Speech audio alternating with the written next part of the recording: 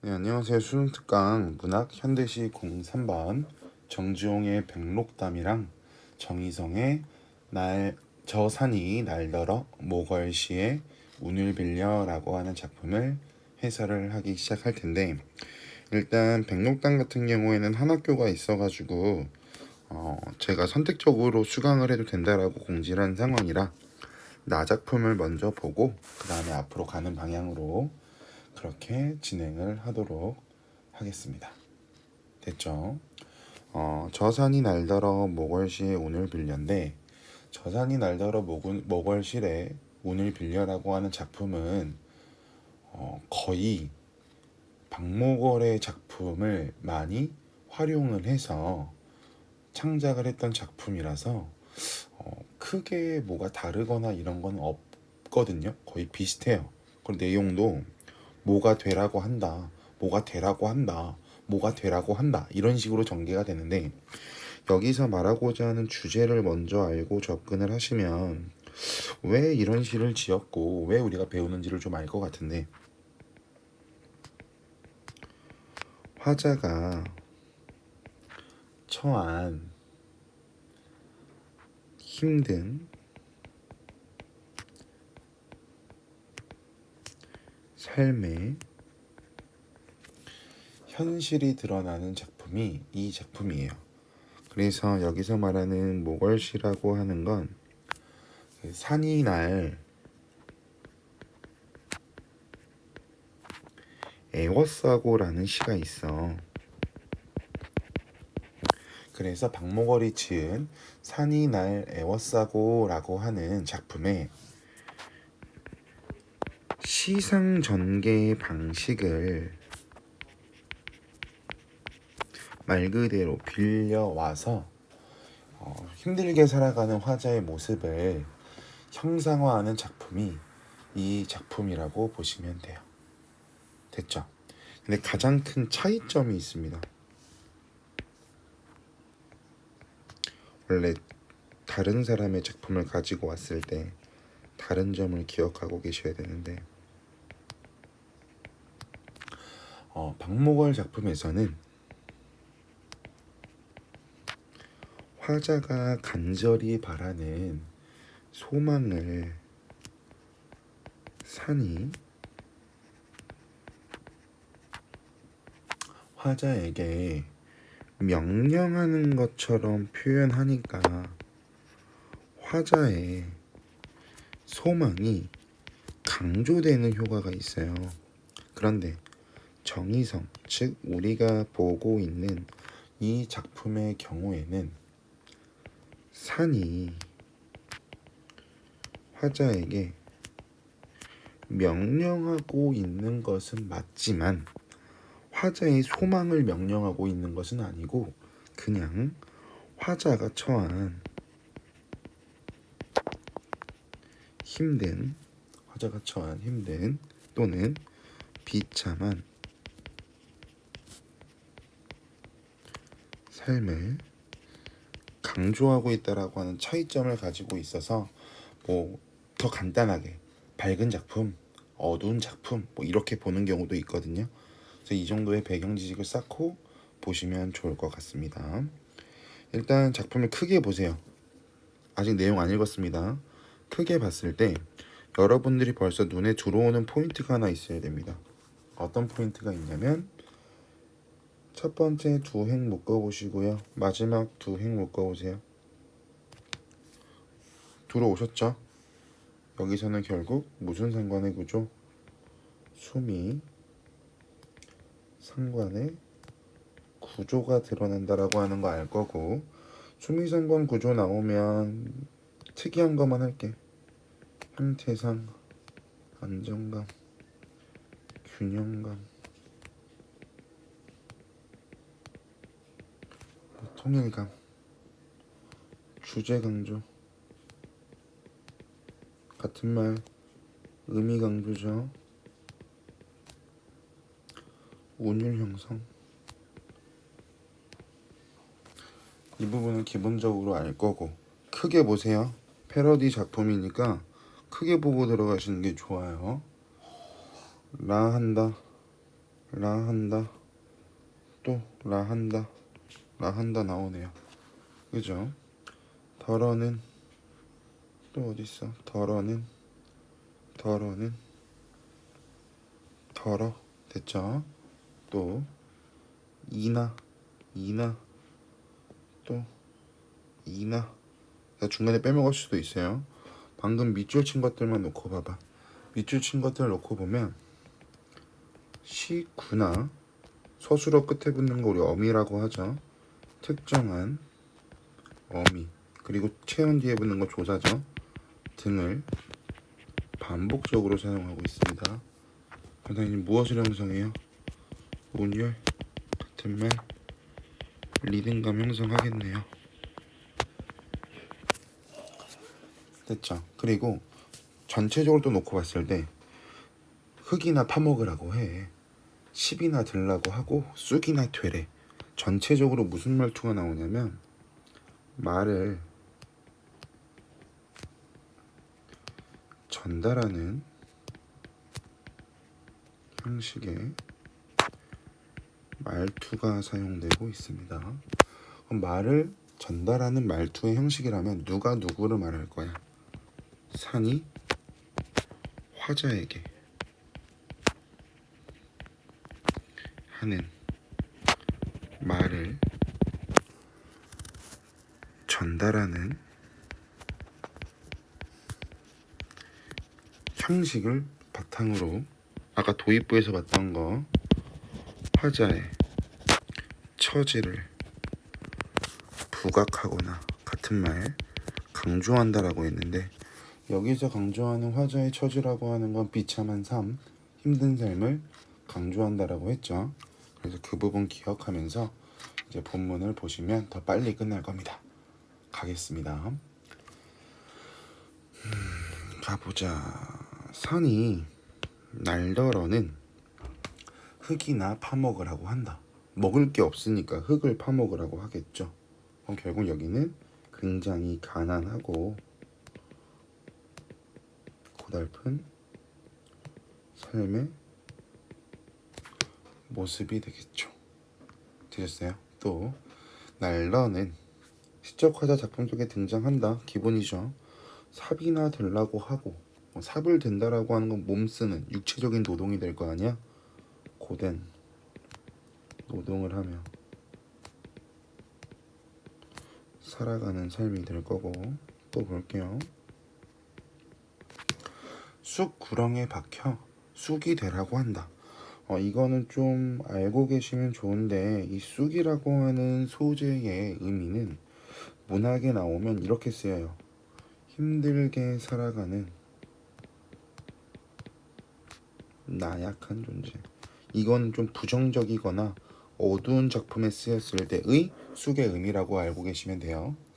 늙어진 날 산은 쑥국새 울고 저만치 홀로 서서 날더러는 쑥국새 마냥, 즉 쑥국새처럼 울라고 하고라고 나오니까, 여기 나와 있는 이 쑥국새의 의미는 여러분들이 당연히 지금 예상이 가능하신 한 단어가 나와야죠. 여기서 말하는, 아이고 죄송합니다, 아래죠. 쑥국새가 울고 있는데 나보고 쑥국새처럼 울라고 하니까 같이 봐도 돼요. 상관없습니다. 할게요. 여기서 말하는 쑥국새는 굉장히 힘들고 고달픈 삶을 살아가는 화자의 정서를 뭐 할까요? 심화시키겠죠. 그럼 결국 어떠한 대상이 화자의 정서에 영향을 미치고 있으니까 이런 것을 뭐라고 한다? 객관적 상관물이라고 한다. 됐죠? 흙파 먹다가 죽은 애비. 그럼 여기서 알 수 있는 정보는요, 화자의 아버지가 이렇게 설명하면 안 죽게 된 이유라고 하기엔 좀 애매해서 위에 거랑 연결 지어 드릴게요. 화자의 아버지도 화자와 비슷한 처지의 삶을 살았다고 보시면 되겠죠. 됐죠? 굶주림에 지쳐 쑥 구렁에 낮아빠진 애미처럼 울라고 한데, 애미라고 하는 건 엄마잖아, 그죠? 그럼 여기서도 알 수 있는 건 뭐야? 화자의 어머니도 화자와 비슷한 처지의 삶을 살았다. 산이 날더러 흙이나 파먹다 죽으라고 한다 라고 말하면서 끝나고 있는 게 정희성의 저산이 날더러 모군실의 운을 빌려란 작품이었습니다. 위에 가서 보시면 정지용의 백록담이라는 작품이 나오는데요. 여기서 말하는 이 백록담이라고 하는 건 여러분들이 알고 계신 것처럼 한라산에 위치할 거야. 그러니까 결국 여기서는 한라산의 풍경을 제시하면서 그에 따른 화자의 정서를 표현하고 있는 게 백록담이라고 보시면 돼요. 화자가 한라산 정상에 이르는 과정과 정상에서 화자가 느끼는 또는 화자가 처한 상황이 조금 나오고요. 그 한라산을 올라가면서 송아지를 보는데 그 송아지가 엄마를 잃어버려요. 즉 어머니를 여인다라고 표현하거든요. 그 부분을 보면서 일제강점기 시기에 정체성을 잃어가는 우리 민족의 모습을 생각하는 모습도 나오고, 마지막 부분에서는 백록담이라고 하는 공간에 굉장히 맑고 순수한 모습에서 모라의 경지 즉 완전 취해서 모든 것을 생각이나 의식이나 자아를 잃어버린 상태인 모라의 경지에 빠지게 되면서 끝납니다. 거의 합의된 경지라고 보셔도 되고요. 무라일체. 그리고 완전 몽환적으로 너무 뿅 간 상태가 몰아라고 하는 두 글자의 뜻이 연결될 수도 있으니까 알고 계시면 될 것 같습니다. 그럼 갈게요. 절정에 가까울수록 뻐꾹채꽃 키가 점점 소모된다. 작아 보인다 라는 뜻이거든요. 결국 절정이라고 하는 건 정상이라고 볼 수 있고요. 정상에 가까워질수록 뻐꾹채꽃이라고 하는 소재가 점점 작게 보인다. 한마루 오르면 허리가 쓰러지고 다시 한마루 우에서 모가지가 없고 나중에는 얼굴면 갸웃 내다본다. 즉 여기는 정상에 오르기까지의 과정을 잠시만요. 한 행으로만 처리하고 있으니까 압축적으로 제시하고 있다라고 할 수가 있을 거고. 됐어요? 됐죠? 화문처럼 판 바뀐다. 바람이 차기가 함경도 끝과 맞서는 데서 뻐꾹채 키는 아주 없어지고도 결국 백록담에 등반하고 있는 과정을, 그러니까 백록담을 화자가 이렇게 올라가고 있는데 그 올라가고 있는 과정을 계속 뻐꾹채 꽃의 키가 소모된다. 뻐꾹채 키는 아주 없어진다 라고 말하면서 결국 이 두 부분을 묶어 보시면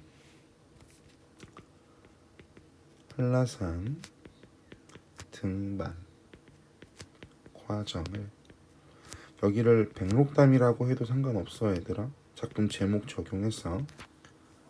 됐죠? 뻐꾹채 꽃의 키 변화를 통해 제시하고 있다. 됐죠? 키 변화라고 하는 건 높이 변화라고 해도 되고요. 이어서 갈게요. 8월 한천은 흩어진 성신처럼 난만하다. 그럼 결국 처럼이란 두 글자가 쓰였으니까 우리는 직유법이다 라고 알 수 있을 거고, 흩어진 성신이라고 하는 게 별인데 여기서는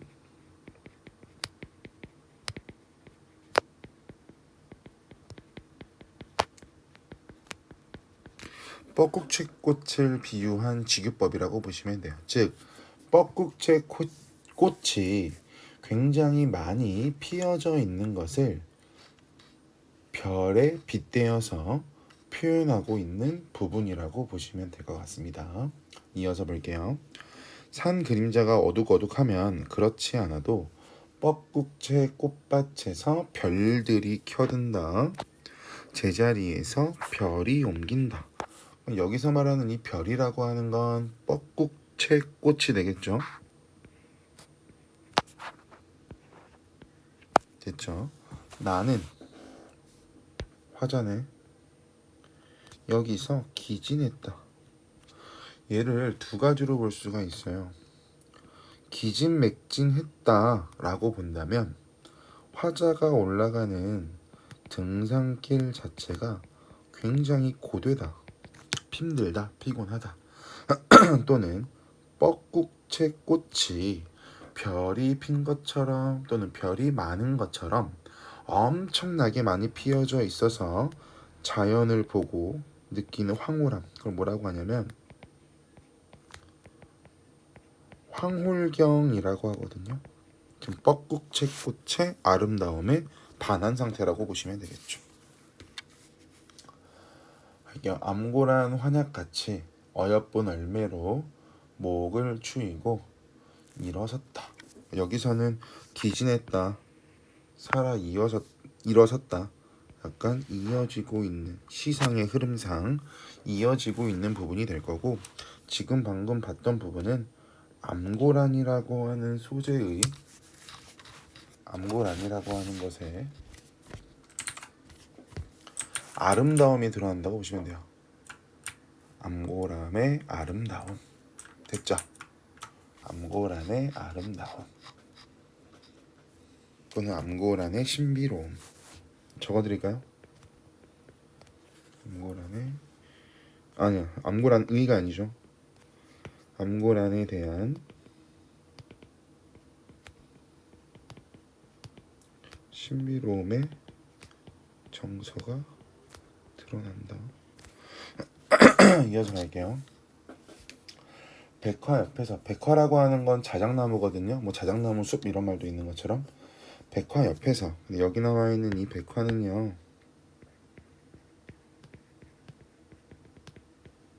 살아있는 이라고 적어보시면 좋을 것 같은데, 살아있는 백화 옆에서 백화가 총루, 즉 죽은 나무라고 보시면 돼요. 죽은 나무가 되기까지 산다. 그럼 결국 여기는 무슨 내용이냐면 살아있는 자작 나무 속 죽은 자작나무와 함께 존재하는 모습이라고 보시면 될 거고요. 이 백화를 보고 내가, 화자가 생각하죠. 죽어서 백화처럼 힐 것이 숭업지 않다. 즉 무슨 말이냐면 내가 죽어서 자작나무처럼 하얗게, 즉 힐 것처럼 하얗게 변하는 것이 흉하지 않다. 그럼 결국 나는 내가 죽어서 자작나무처럼 하얗게 변하는 거 괜찮아? 라는 뜻이 될 테니까 나는 백화라고 하는 자작나무를 아름답다 라고 생각하고 있다라고 볼 수가 있겠죠. 귀신도 쓸쓸하여 살지 않는 한 모롱이. 그럼 귀신도 쓸쓸해서 살지 않는 한 모롱이라고 하니까 인적이 없는 공간이 되겠네요. 그죠? 그 공간에 도채비 꽃이 혼자 무서워 파랗게 질려 있답니다. 즉 산 모퉁이 인적이 없는 곳에 도채비 꽃이 혼자 피어 있는 상황이 될 텐데, 특이한 거 보자. 파랗게 질린다는데요. 이 파랗게라고 하는 건 도채비꽃의 색상이라고 보시면 돼요. 결국 인적 없는 곳에 파란 도채비꽃이 피어 있는 모습이 될 거고, 굉장히 마찬가지 신비로운 분위기를 조성하고 있겠죠. 그런데 특이한 게 뭐냐면 도채비꽃이 파랑색이니까 도채비꽃이 파랗게 질려 있다라고 설명하는 이 부분을 통해서 뭐라고 할 수 있냐면, 도채비꽃의 색상과, 원래 파랑색이라고 했습니다, 공간의 분위기를 연관 또는 연결짓고 있다라고 하면 맞는 말. 여기서 말하는 공간의 분위기라고 하는 건 앞에 봤던 인적이 없는 곳이요. 그리고 꽃에게 무서움이라고 하는 정서를 느끼고 있다라고도 설명할 수 있고, 꽃이 질린다라고, 얼굴이 파란색이다라고 표현하고 있으니까 의인법이 적용된 것은 찾을 수 있을 거고요. 이어서 갈게요. 바야흐로 해발 6,000척, 바야흐로 해발 6,000척 위라고 한다면 당연히 인간 세상 또는 속세와의 거리감이 되겠죠. 산으로 계속 올라가면 자연 속으로 들어가는 거고 사람들이 사는 세상과는 멀어질 테니까요, 그죠? 그럼 여기는 결국 뭐라고 할 수 있냐면, 높은 공간이니까 고지대라고 봐도 무방하겠네요. 높은 공간 됐어요? 고지대에 마소라고 하는 건 말과 소라고 보시면 되죠.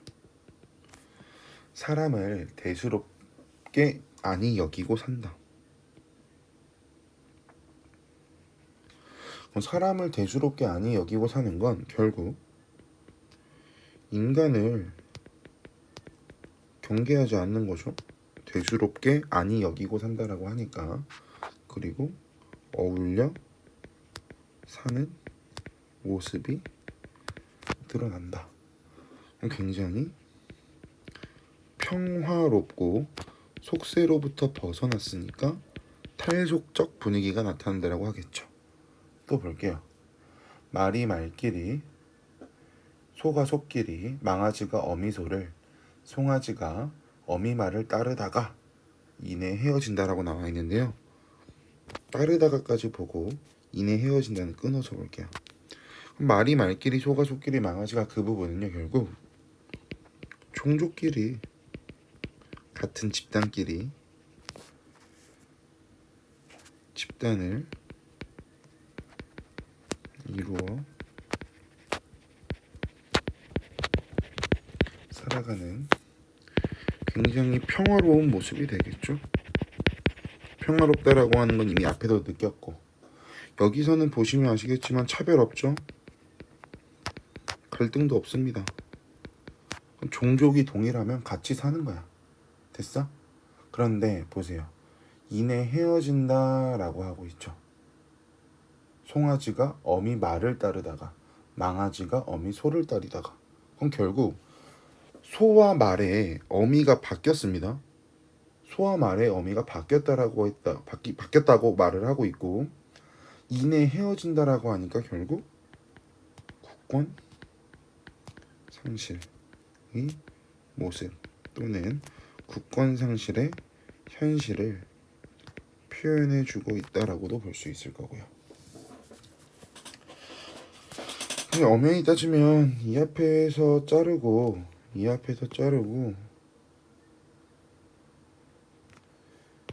송아지가 부터 뒤에를 묶는 게 더 정확할 것 같긴 해요. 그러니까 여기 두 번째 거는 시대상을 반영해서 국권상실이라고 하는 말을 꺼낸 거고, 이 작품이 일제강점기에 쓰여져서 단순하게 한라산, 백록담의 아름다움만 전달하고 있는 작품이라고 보시면 안 되고요. 시대 상황을 적용했을 때 우리 민족의 처지를 보여줄 수 있는 부분들은 우리 민족의 처지와 연관지어서 해석해야 된다라고 하는 특징이 있기 때문에 연결지어 드렸다라고 알고 계시면 될 것 같습니다. 첫 새끼를 낳느라고 암소가 몹시 혼이 났다. 산길 백리를 돌아 서귀포로 달아났다. 물도 마르기 전에 어미를 여인 송아지는 엄마를 잃어버렸잖아요. 그죠? 음매음매 울었다. 말을 보고도 등산객을 보고도 마구 메어 달렸다. 일단 음매음매라고 하는 거 음성 상징어죠. 근데 소의 음매라고 하는 건 우리가 뭐 들어도 정확히 무슨 뜻인지는 모르겠지만 시적 상황을 고려를 해본다면 결국 의성어를 사용해서 소리니까 의성어를 사용해서 어미를 잃은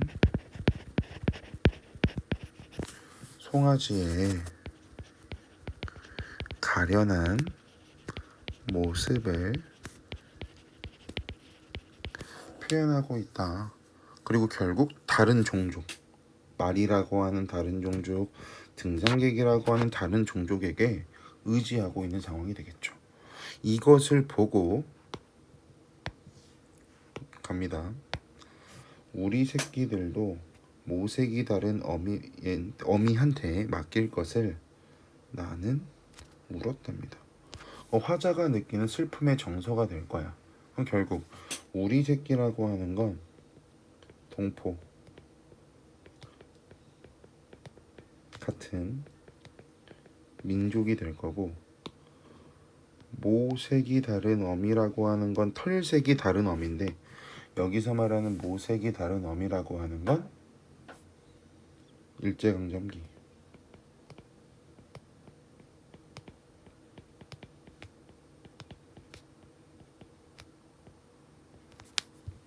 그럼 결국 여기서 말하고 싶은 건 뭐냐면, 일제에 의해서 일본 때문에 정체성을 잃고 살아가는 우리나라의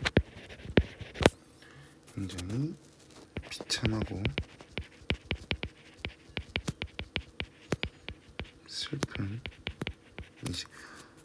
비참하고라고 적어야 돼. 그래야 말이 이어지니까. 결국 여기서는 일제에 의해서 민족 정체성을 잃고 살아가는 우리 민족의 처지를 상징하는 부분. 우리 새끼라고 말하면서 내가 울고 있다라고 하니까 사람의 관계로 확대해서 판단하는 건 여러분들께서 크게 어려워하지 않을 것 같아서 간단하게 말씀을 드린 거고요. 이어서 보겠습니다. 풍란이라고 나오는데 여기부터는 그냥 크게 볼게요. 풍란이 풍기는 향기, 후각, 꾀꼬리 서로 불리는 소리, 청각, 제주 휘파람새 휘파람 부는 소리, 청각, 돌에 물이 따라 구르는 소리, 청각. 먼 데서 바다가 구길 때 서와 서와 음성상징어 솔소리, 마찬가지 청각. 그럼 여기는 결국 내가 지금 등산하고 있잖아요. 등산길에서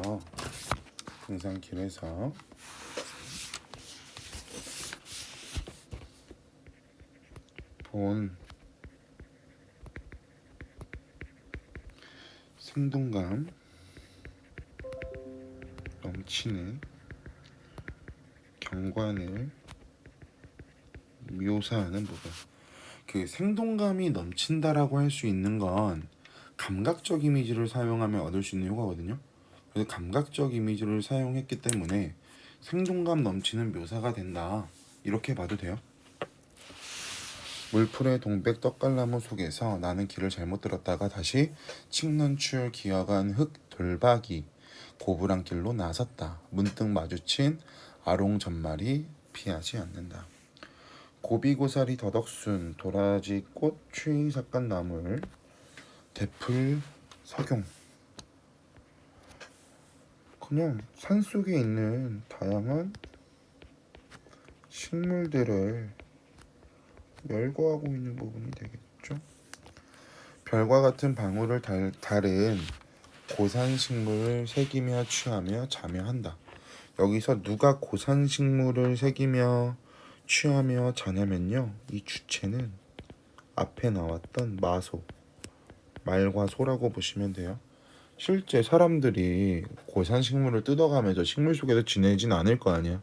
등산하고 있는 과정에서 다양한 식물을 봤는데 그 식물들을 새기고 취하고 잔다라고 하는 건 말과 소가 식물을 뜯어먹으며 식물 속에서 지내고 있다, 이렇게 보시면 돼요. 그 다음 해석의 다양성이 나타날 수 있는 부분 볼게요. 백록담 조찰한 물을 그리어 산맥 위에서 짓는 행렬이 구름보다 장엄하다. 여기는 해석을 크게 두 가지로 볼 수가 있을 거야. 첫 번째 1번은 백록담에 비친 산 봉우리의 모습 또는 백록담을 보러 산에 오르는 화자와 같이 가는 일행들, 이 행렬이라고 하는 글자 됐죠? 그래서 결국 이렇게 두 가지로도 볼 수 있고, 어떤 사람은 뭐라고도 설명하냐면 등산의 행렬의 장엄함을 뭐 구름의 장엄함과 비교하고 있다, 이렇게 말해도 맞는 말이에요. 이렇게 두 가지로 분류해서 보는 사람도 있고, 등산 행렬의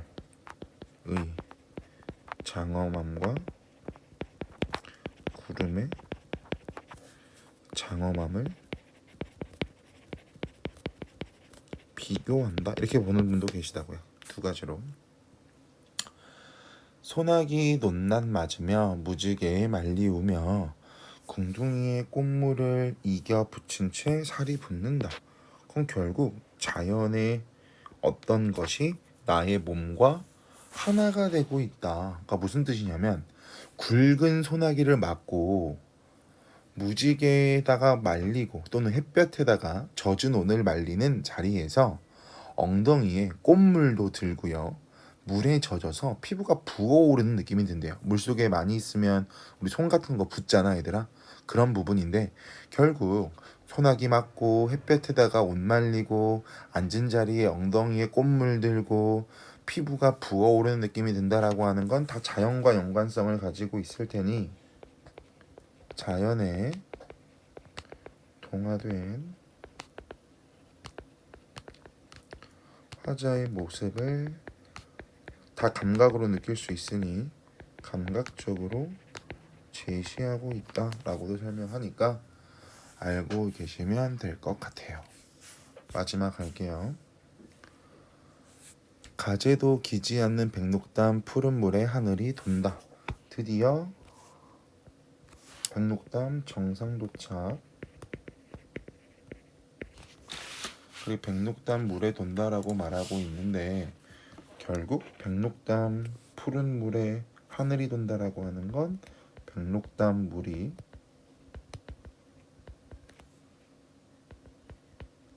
굉장히 잔잔하다.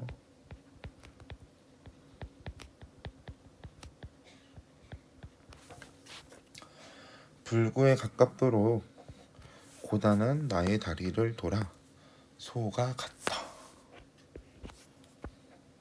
등반으로 인해서 몹시 고된 상태가 되겠죠. 한라산 정상까지 올라간다고 생각해봐. 힘들 테잖아, 그죠? 쫓겨온 실구름 일말에도 백록담은 흐리운다. 즉 작은 구름에도 흐려질 정도로 백록담이 맑고 깨끗하다.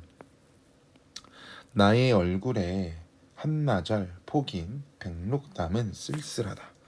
이거 주의해야 되는데 어떻게 해석하면 되냐면, 이거 안 적을 거야. 구두로만 설명할 거야. 고요하고 깨끗한 백록담에 취한 느낌을 쓸쓸함으로 나타내고 있다, 이렇게만 보시면 돼요. 복잡하게 생각하지 마시고, 고요하고 깨끗한 백록담에 취한 화자의 느낌을 쓸쓸함으로 표현하고 있다, 이렇게만 보세요. 고요하고 깨끗한 백록담에 취한 느낌을, 고요하고 깨끗한 백록담에 취한 화자의 느낌을 쓸쓸함으로 표현하고 있다. 마지막, 나는 깨다 졸다 기도조차 잊었느니라.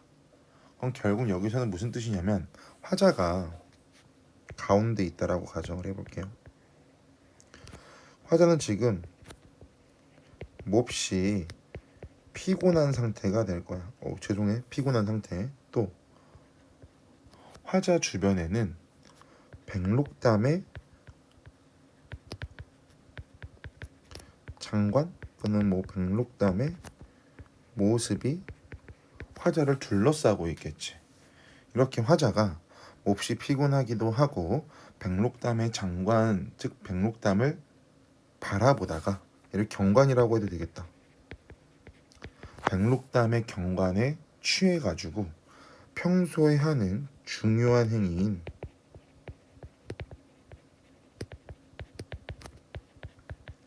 기도를 잊고 있는 상태가 되겠죠. 실제로 기도를 하지 못한 상황이 될 거야. 결국 이렇게 본다면 화자가 피곤한 상태에서 기도를 하면서 몸을 녹일 수도 있을 거고, 화자가 몸이 고단하니까 기도를 하면 좋을 수도 있을 텐데, 화자가 백록담의 아름다움에 너무 빠져서 자기에게 중요한 행위인 기도도 잊고 있는 상태니까 결국 이 부분을 가지고